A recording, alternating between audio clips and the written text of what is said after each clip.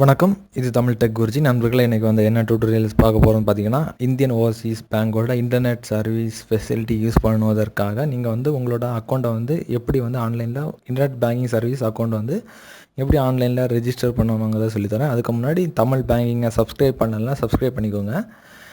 நீங்கள் வந்து internet banking service register பண்ணால் iobnet.co.in இந்த வெப் அட்ரஸ் போனோம்.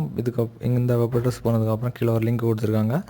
நியூ யூசர் ரெஜிஸ்டர் நவ் இந்த பட்டனை வந்து நீங்கள் கிளிக் பண்ண எதுவுமே ரெஜிஸ்ட்ரேஷன் பேஜுக்கு போகும். ரெஜிஸ்ட்ரேஷன் பேஜுக்கு போகும்போது நீங்கள் வந்து என்ன வந்து யோசிக்க வேண்டும்னா, இந்த சர்வீஸ் வந்து யூஸ் பண்ணுறதுக்கு உங்களுக்கு ஒரு ஆக்டிவ் ஐஓபி அக்கௌண்ட் நம்பர் வேணும். ப்ளஸ் வந்து உங்களோட மொபைல் நம்பர் அந்த பேங்க் அக்கௌண்ட் கூட இணைத்திருக்க வேண்டும். அப்படி இருந்தால் மட்டும்தான் நீங்கள் வந்து இந்த இன்டர்நெட் பேங்கிங் சர்வீஸை வந்து ஆன்லைனில் ரெஜிஸ்டர் பண்ண முடியும்.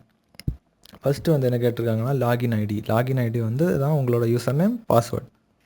லாகின் ஐடி தான் உங்களோட யூசர் நேம். ஸோ தமிழ் 1 2 3 4ன்னு கொடுக்குறேன். அப்புறம் யூசர் நேம் ஒரு 8 கேரக்டருக்கு மேலே போகக்கூடாது நண்பர்களே.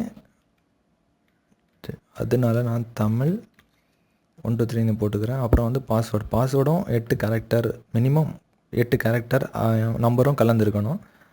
அதனால் நான் RRRR 1 2 3 4ன்னு ஒரு பாஸ்வேர்டு செட் பண்ணுறேன். அதே மாதிரி கன்ஃபார்ம் பாஸ்வேர்டு RRRR 1 2 3 4ன்னு ஒரு பாஸ்வேர்டு செட் பண்ணுறேன். அப்புறம்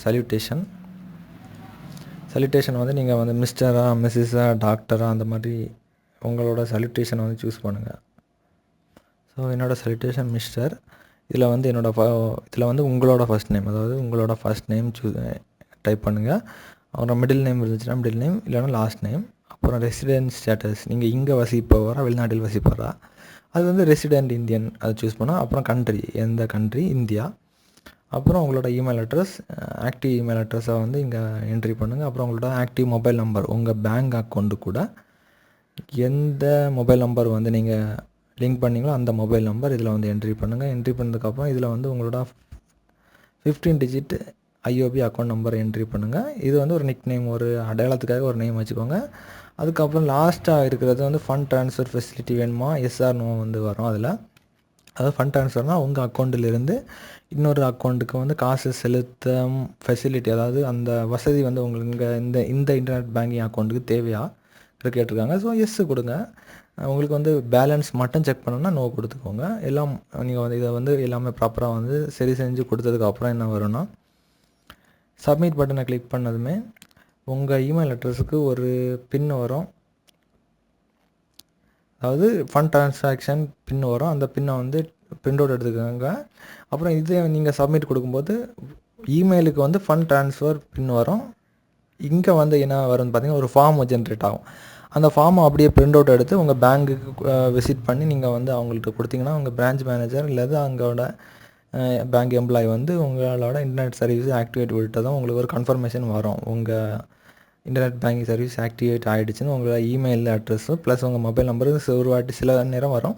அப்படியே வந்து கன்ஃபார்ம் ஆகினதுமே நீங்கள் வந்து இப்போதைக்கு வந்து இந்த என்ன யூசர் நேம் அண்ட் பாஸ்வேர்டு வந்து கொடுத்தீங்களோ அதே சேம் யூசர் நேம் அண்ட் பாஸ்வேர்டை வந்து என்ட்ரி பண்ணி லாகின் பண்ணிக்கோங்க. உங்களுக்கு வந்து உங்கள் அக்கௌண்ட்லேருந்து இன்னொரு அக்கௌண்ட் காசு செலுத்த வேண்டும் என்றால் ஒரு பின் வந்து உங்கள் மொபைல் ஃபோன் வந்துடும், ஃபண்ட் ட்ரான்சாக்ஷன் பின். ஸோ ஒரு பின்னை ரிசீவ் ஆகும் முன்னாடியே சொல்லியிருக்கேன். அந்த பின்னை வந்து யூஸ் பண்ண வேண்டிய இருக்கும். ஸோ அந்த பின்னை வந்து யாருக்கிட்டையும் சொல்லாதுங்க, நீங்கள் வந்து சீக்ரெட்டாக வச்சுக்கோங்க. இதுதான் இன்டர்நெட் பேங்கிங்கோட ஃபஸ்ட்டு ஸ்டெப். இந்தியன் ஓவர்சீஸ் பேங்கோட இன்னும் நிறைய நம்ம கற்றுக்க போகிறோம். ஸோ நீங்கள் அதை சப்ஸ்கிரைப் பண்ணுங்கள். இன்னொரு நல்ல ஒரு அப்டேட்ஸை சந்திப்போம். அதுவரை உங்கள்கிட்ட விடைபெறுகிறேன். நன்றி, வணக்கம்.